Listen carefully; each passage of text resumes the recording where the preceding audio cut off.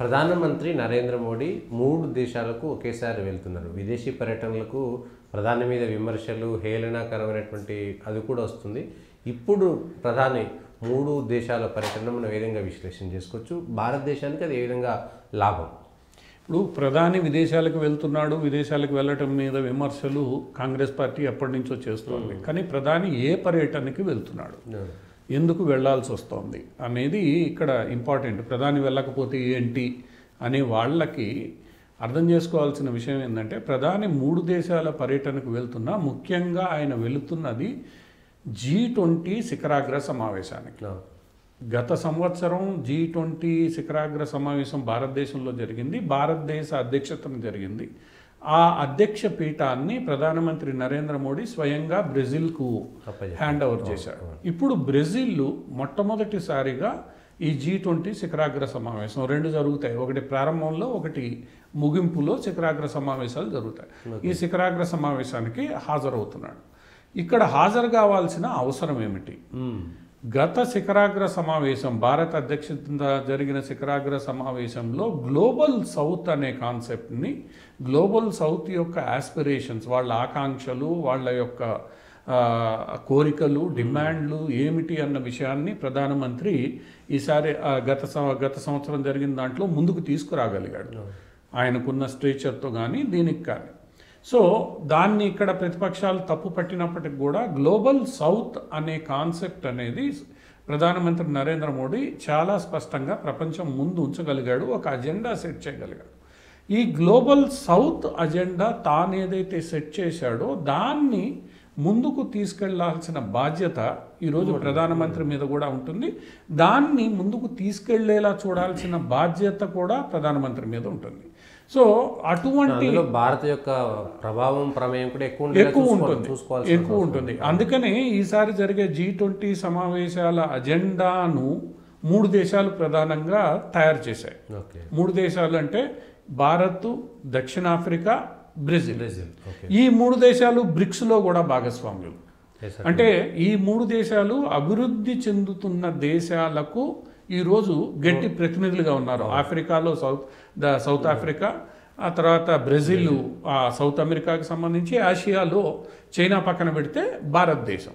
So ఈ 3 దేశాలకి ఐక్యరాజ్య సమితిలో శాశ్వత సభ్యత్వం ఇవ్వాలని ఎప్పటి నుంచో డిమాండ్ ఉంది. ఈ 3 దేశాలు పోషిస్తున్న కీలక పాత్రని ప్రధానమంత్రి గత G20 సమావేశాల్లో ముందుకు తీసుకొచ్చారు. దాన్ని కొనసాగించాల్సిన అవసరం ఈరోజు ఉంది.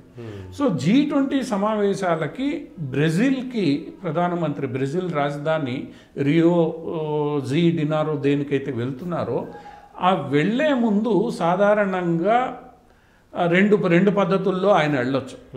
ఎందుకంటే అంత దూరం విమానం వెళ్ళదు కాబట్టి ఎక్కడో చోట రీఫ్యూలింగ్ చేసుకోవాల్సిన సాంకేతిక ఇబ్బంది ఉంది. కాబట్టి ఆ వెళ్లే క్రమంలో ప్రతి ప్రధానమంత్రి, ఇది నరేంద్ర మోడీ కాదు, ప్రతి ప్రధానమంత్రి కూడా ఆ రీఫ్యూలింగ్ చేసుకునే దానికి అవకాశం కల్పిస్తూ దాన్ని సద్వినియోగం చేసే ప్రయత్నం చేస్తారు. అటువంటి ప్రయత్నాన్ని ఈసారి ప్రతి ప్రధాని చేసినట్లు, ఎందుకంటే సుదూర ప్రయాణానికి వెళ్ళేటప్పుడు ఈ ప్రయత్నం జరుగుతుంది.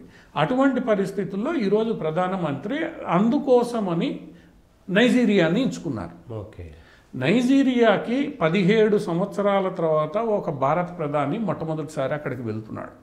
అంటే 17 సంవత్సరాలంటే మన్మోహన్ సింగ్ గారు అక్కడ ప్రధానిగా వెళ్ళారు. ఇప్పుడు ఈయన వెళ్తున్నాడు. నైజీరియా వెస్ట్ ఆఫ్రికన్ దేశాలలో ఒక కీలకమైన దేశం.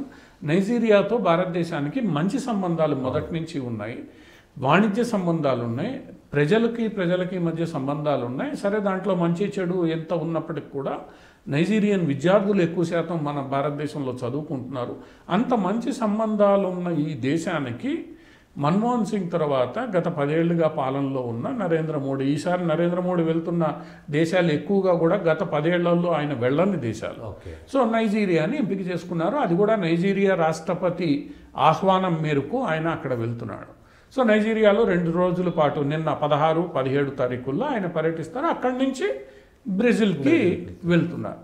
సో అందువల్ల ఆయన ఏదో సమయాన్ని వృధా చేసేస్తున్నాడని లేదా బయట తిరుగుతున్నాడన్న ఆరోపణలు కరెక్ట్ కాదు. నైజీరియాలో ఆయన పర్యటించడం అవసరం. ఈరోజు ఆఫ్రికన్ దేశాలతో ఒకవైపు చైనా గట్టిగా సత్సంబంధాలు పెట్టుకునే ప్రయత్నాలు చేస్తున్నప్పుడు మనం కూడా ఆ ప్రయత్నాలను చేస్తున్నాం గత ఎంతో కాలం నుంచి. తదనుగుణంగా భారతదేశం కూడా ముందుకు వెళ్తోంది. దక్షిణాఫ్రికా కావచ్చు, లేదా ఇంకో చోట కావచ్చు, కెన్యా కావచ్చు, వీటన్నిటితో మనం సంబంధాలు పెట్టుకొని ముందుకు వెళ్తున్నాం. ఆఫ్రికా దేశాల్లో ఇంకా నైజీరియాకు భారత్కు ఎక్కువ సంబంధాలు ఉన్నాయి. సో నైజీరియా వెళ్ళడం అనేది ఒక మంచి పరిణామం. ఆ పరిణామం నైజీరియాలో ఆయన పర్యటన ఇంకాస్త ఆర్థికంగా కానీ, వాణిజ్యపరంగా కానీ, డిఫెన్స్ రంగాల్లో కానీ ముందుకు తీసుకెళ్లే అవకాశం ఉంటుంది. అది అయిన తర్వాత ఆయన G20 సమావేశానికి చేరుకుంటాడు. G20 సమావేశంలో 2 రోజుల పాటు ప్రధానమంత్రి పాల్గొనున్నాడు. ఒకటి శిఖరాగ్ర సమావేశంలో పాల్గొనాలి, ఈ మిగతా ఇతరత్రా చర్చలు. అక్కడ అజెండా మనం స్పష్టంగా తెలుసుకున్నాం. ప్రధాని ముందు తాను ఏదైతే లక్ష్యాన్ని నిర్దేశించుకున్నాడో ఆ లక్ష్యాన్ని ఈరోజు G20 మరింత ముందుకు తీసుకెళ్లేలా ప్రోత్సహించడం, మార్గదర్శకత్వం చేయడం. ఈరోజు నరేంద్ర మోడీకి ఉన్న స్ట్రేచర్, ఎక్కడికి వెళ్ళినా ప్రపంచ శాంతి, ఉగ్రవాద వ్యతిరేకమైనటువంటి కీలకమైన అంశాలు ఆయన ముందుకు ఈ అంశాలని ముందుకు తీసుకెళ్లడం. ముఖ్యంగా అభివృద్ధి చెందుతున్న దేశాలు, గ్లోబల్ సౌత్ అని ఈరోజు ఏదైతే పిలుస్తున్నారో ఆ దేశాల యొక్క అజెండాను ముందుకు తీసుకెళ్లడం అనేది ఈరోజు G20లో ప్రధానమైన అంశం. సో దాన్ని ఆయన ముందుకు తీసుకెళ్తాడు. ఎందుకంటే బ్రెజిల్ అధ్యక్షుడు కూడా కొంత చైనా వ్యతిరేకవాదాన్ని తీసుకున్నవాడు. ఇటీవల కాలంలో చైనా మీద ఆయన కొన్ని చర్యలు తీసుకున్నాడు. చైనా బెల్ట్ అండ్ రోడ్ ఇనిషియేటివ్ని మేము అంగీకరించమని కూడా చెప్పాడు. ఆయన మాట్లాడే వీటికి అంటే సైద్ధాంతికపరమైన అంశాలకి భారతదేశంలో నరేంద్ర మోడీ మాట్లాడే అంశాలకి కొద్దిగా దగ్గరగా ఉంటుంది. కాబట్టి ఈరోజు బ్రెజిల్తో కూడా, ఎందుకంటే దక్షిణ అమెరికాలో అతిపెద్ద దేశం బ్రెజిల్, అటువంటి బ్రెజిల్తో కూడా మన సంబంధాలు మనం ముందుకు తీసుకెళ్ళగలగాలి. కాబట్టి ఈరోజు ప్రధానమంత్రి వెళ్ళడం తప్పనిసరి, అజెండాను ముందుకు తీసుకెళ్లడం తప్పనిసరి. అందులో గయానా ఎందుకు వచ్చింది మధ్యలో?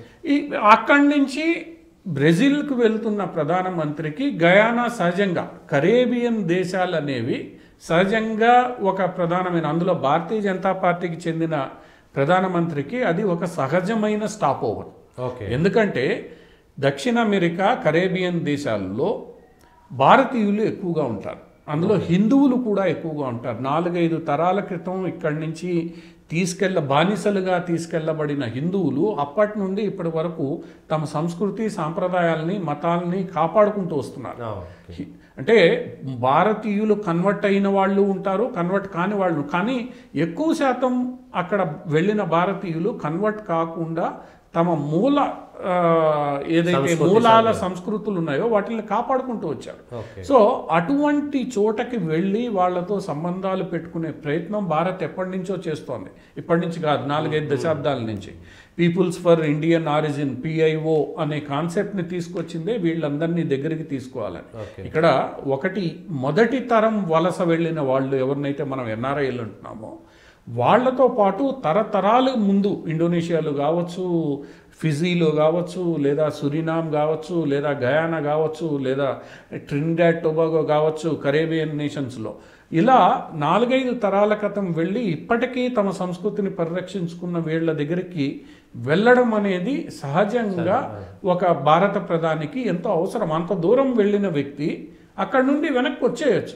కానీ ఇలా సురినామ్కు వెళ్ళడం, అది కూడా ఒక 50 సంవత్సరాల తర్వాత ఒక ప్రధానమంత్రి అక్కడికి వెళ్తున్నాడు, భారతీయ ప్రధానమంత్రి.